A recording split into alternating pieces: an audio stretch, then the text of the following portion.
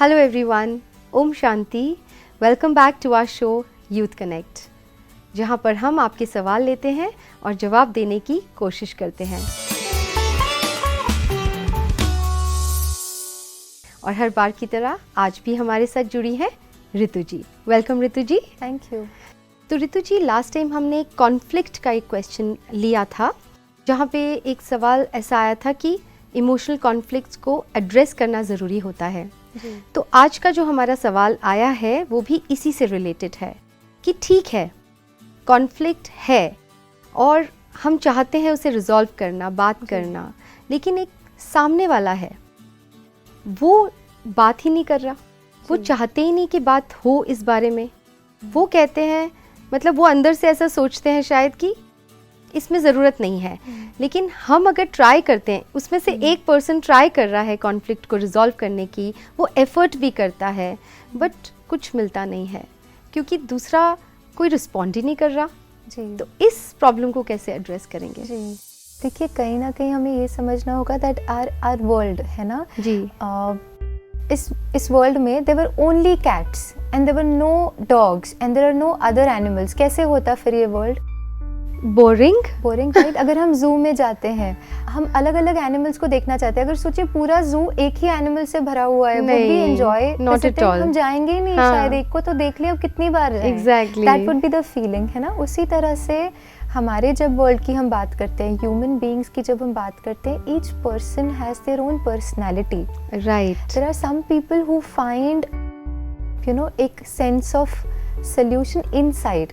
It's difficult for them to open up कि मैं बात करूं, मैं अपनी प्रॉब्लम्स को शेयर करूं, वो उस चीज़ को नहीं कर पाते हैं। whereas there are other set of people जिन्हें ये लगता है कि नहीं, I want to address it, मतलब उस बात को बात करके ख़त्म करते हैं right. और दूसरे वाले को लगता है कि वो नहीं कर पाते हैं, वो चाह के भी शायद वो उन डिस्कशंस को या अपनी फीलिंग्स को उतना कंफर्टेबली नहीं एक्सप्रेस कर, या फिर उन्हें लगता है कि हमें समझ में आ रहा है तो इनको भी आ ही रहा होगा, तो बात करने की इसमें क्या जरूरत है, शायद ये भी होगा। Yes, so most important thing to understand and appreciate is कि ये जो वर्ल्ड है ना is beautiful because there are variety of personalities. अगर हम सब एक जैसे होते तो the world would have been so boring है ना। तो पहले तो इस चीज को अप्रिशिएट करना कि वो जैसे हैं, अलग है, लेकिन वो अपने तरीके से बहुत सुंदर है, बहुत ब्यूटीफुल है। या उस रियलिटी को अप्रिशिएट करना। जैसे हम ये समझने लगते ना कि it's my style, it's my preference and comfort के आई टॉक इट आउट, उसी तरह से उनका स्टाइल या उनका प्रेफरेंस नहीं है कि वो बात कर पाए।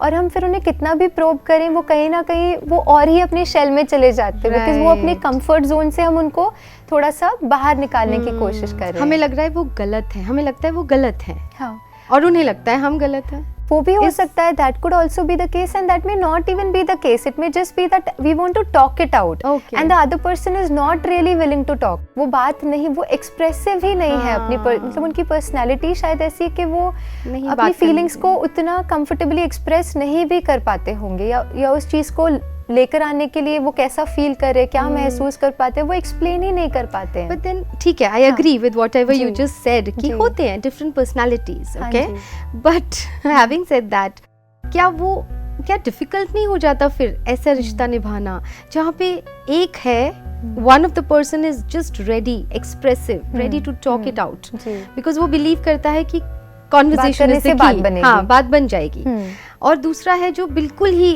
रेडी नहीं है बात करने के लिए, तो फिर वो रिश्ता भी तो फिर इसीलिए उलझता है ना। लेकिन हर रिश्ते में कोई भी ऐसे दो लोग नहीं होंगे जो एग्जैक्टली सेम होंगे, तो उनके साथ में हमें ये प्रॉब्लम नहीं तो कोई और पर्सनैलिटी की कॉन्फ्लिक्ट आएगी, because all of us are different and all of us have our core preferences कि हम किस तरह से बिहेव करें या किस तरह से अपने आप को एक्सप्रेस करें। तो कहीं ना कहीं जिन्होंने ये प्रश्न पूछा है, हम उन्हें तो यही मतलब एक रिकमेंडेशन देना चाहेंगे दैट एम्पैथाइजिंग, दैट जैसे आपके लिए बात करना ज़रूरी है, अंडरस्टैंडिंग दैट उनके लिए बात करना उतना कंफर्टेबल नहीं है, that's the first part of it. Wow. तो सबसे पहले तो ये एम्पैथाइज करना या ये समझना, अपने को इस बात के लिए कन्विंस करना कि जैसे मेरे लिए बात करना is the most comfortable thing, उनके लिए वही चीज मोस्ट अनकंफर्टेबल हो सकती है। अंडरस्टैंड करना सामने वाले को, yes, the first part of it, कि हम अंडरस्टैंड करें। The second part of it is कि सपोज सामने वाला उतना एक्सप्रेसिव नहीं है, तो क्या मैं अपने में वो स्किल्स डेवलप करूं, जैसे ऑब्जर्व करूं उनका बॉडी लैंग्वेज, उनके जो सटल क्यूज हैं, यू नो, उन चीज़ों से उनके भाव को थोड़ा सा पकड़ने की कोशिश करूं. That sometimes helps in close relationship. जब हम कहीं यू नो बहुत समय से एक दूसरे को जानते हैं, then some of these things help कि हम उनके भाव को, उनके एक्सप्रेशंस को, बॉडी लैंग्वेज को थोड़ा सा समझें. क्यों हम वेट करें कि वो कुछ कहें, क्यों नहीं कह रहे, क्यों ना हम ही अपने अंदर वो चेंज लेकर आ जाएं. एंड दैट ये अगर हम ये सोचना कि बात करनी है वो नहीं करते हैं, या ऐसे किसी स्टेट ऑफ माइंड से, तो हम वो नहीं कर पाएंगे, because that requires a lot of patience, that requires a lot of stability inside of me. जब वो स्टेबिलिटी अंदर में होगी तो हम कहीं ना कहीं हम उनके भावों को समझ पाएंगे. Right. So then the relationship goes to a next level altogether. फिर वो ये नहीं कि आपने बोला मैंने बोला और फिर हमारी समझ बनी. So first thing is empathise, समझें यू नो कि वो अलग है, एंड एक्सेप्टिंग दैट वो अलग है. The second part is observe. जैसे हम एम्पथाइज करते हैं, समझते हैं, अंडरस्टैंड करते हैं, हमें एक स्टेबिलिटी आ जाती है. स्टेबिलिटी, स्थिरता आ जाती है. स्थिरता आने के बाद हम उन्हें ऑब्जर्व कर पाते हैं कि अच्छा उनके भाव क्या हैं. अगर वो बोल नहीं पाते तो क्या कोई और तरीका है उनकी बातों को या उनके भावों को समझने का. दिस में वर्क समटाइम्स, दिस में नॉट वर्क समटाइम्स. तो कई बार यू नो एक अच्छा मौका या एक अच्छा सिचुएशन देखकर हम उन्हें ये भी बोल सकते हैं कि देखो मैं गेस करती हूँ या मैं अज्यूम करती हूँ कि आप क्या फील करते हैं. It would be so nice कि आप अगर बता दो थोड़ा सा. तो आप ये नहीं that we don't convey to them, लेकिन कब कन्वे करें, कैसे कन्वे करें और किस भाव से हम उन्हें ये कन्वे करें. अगर एम्पैथी, अंडरस्टैंडिंग और स्थिरता, जैसे आपने कहा स्टेबिलिटी, उसके साथ हम कन्वे करते हैं, the other person will not become defensive. वो उस चीज को एटलीस्ट सुनेंगे. भले प्रैक्टिस में जितना ला पाते हैं वो उनका अपना एफर्ट है, लेकिन एटलीस्ट हम अपने साइड से कन्वे कर सकते हैं, क्योंकि उनको कहीं ना कहीं अब महसूस हो रहा है कि ये कोशिश तो कर रहे हैं समझने की. That's right, yes. Because empathy, compassion, understanding वाला जो फीलिंग है उनको भी तो टच हुई ना, उनको भी तो फील होता है ना कि ये कोशिश कर रहे हैं. हाँ जी. लेकिन फिर जब नहीं हो रहा तो फिर वो भी ट्राई करेंगे अपनी तरफ से. So the first step is from absolutely. And then you know the last step of this could be कि जब हम देखें ना कि वो छोटा सा भी एफर्ट कर रहे हैं, या यू नो जो भी वो अपनी तरफ से अगर कभी ओपन अप होते हैं, तो फर्स्ट थिंग इज अगर सामने वाला इंट्रोवर्जन है या वो बहुत ओपन अप नहीं होते, the first step for us would be, if at all किसी सिचुएशन में वो ओपन अप होते हैं तो उन्हें बहुत स्पेस दें. बिकॉज यू नो वो रेयर मोमेंट्स है जब वो ओपन अप हो पा रहे हैं, तो उन्हें बहुत स्पेस दें. उन्हें कट यू नो कुछ बोल रहे हैं तो बीच में अपना व्यू ना रखें, उन्हें जितना जज ना करें, नेगेट ना करें. So then they are able to open up more. And then in between whenever you feel कि वो अपना छोटा सा भी एफर्ट कर रहे हैं ना, तो उन्हें वो अप्रिशिएट करें in a small little way, saying that you know वो उन्हें वो कंफर्ट देगा to open up next time. क्योंकि देखिए कोई भी हैबिट को चेंज करना इतना आसान नहीं होता. इफ यू रियली वांट, एक तो हो गया हमने अपनी हैबिट को यू नो वर्क किया, अपने हैबिट पर हमने काम किया by empathizing and understanding. We changed a bit, we changed ourselves. And second, अगर हम उनमें कोई परिवर्तन चाहते हैं तो वो अगर वो छोटा सा भी एफर्ट करते हैं, can be appreciate, definitely that will make them feel comfortable to open up. And that can change them. Then we have a possibility there. Then we have a possibility, but of course, or even if they don't change, but I mean, at least empathize तो कर ही रहे हैं, हम understand, उन्हें समझ तो हम वैसे भी रहे हैं, और अगर वो भी effort करते हैं तो it's like you know cherry on the cake. Yes, exactly. Yeah, so that's very well said, Ritu ji.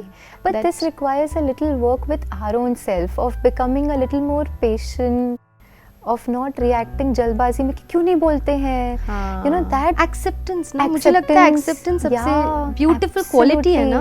Absolutely. Just accepting people the way they are. The way they are, and knowing that the beauty of our world is that they are different and we are different.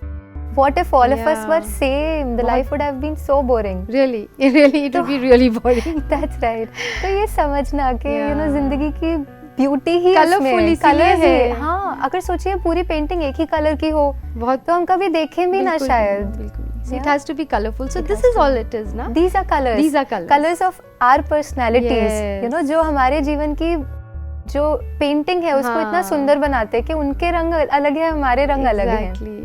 बहुत सुंदर तरीके से आपने explain किया. I hope कि जिन्होंने ये question किया है उनको जवाब ज़रूर मिल गया होगा। जैसे मुझे बहुत ही ये बात सुंदर लगी that everybody is not the same. हर पर्सनालिटी, हर स्वभाव, हर इंसान का स्वभाव अलग है। हम ये क्यों एक्सपेक्ट करते हैं कि कोई हमारे जैसे क्यों नहीं है? उन्हें एक्सेप्ट करें। So I think this is the solution, just accept people the way they are. और उसके लिए अपने अंदर उस ब्यूटीफुल चेंज को लाना पड़ेगा कि एक्सेप्टेंस पावर को बढ़ाना पड़ेगा, right? Thank you so much Ritu ji, thank you. तो आई होप कि आपको अपने सवाल का जवाब मिल गया होगा। आपके भी कोई सवाल हो तो व्हाट्सएप कीजिए या फिर ईमेल भी कर सकते हैं। तब तक let's connect through our show youth connect. Thank you. ओम शांति।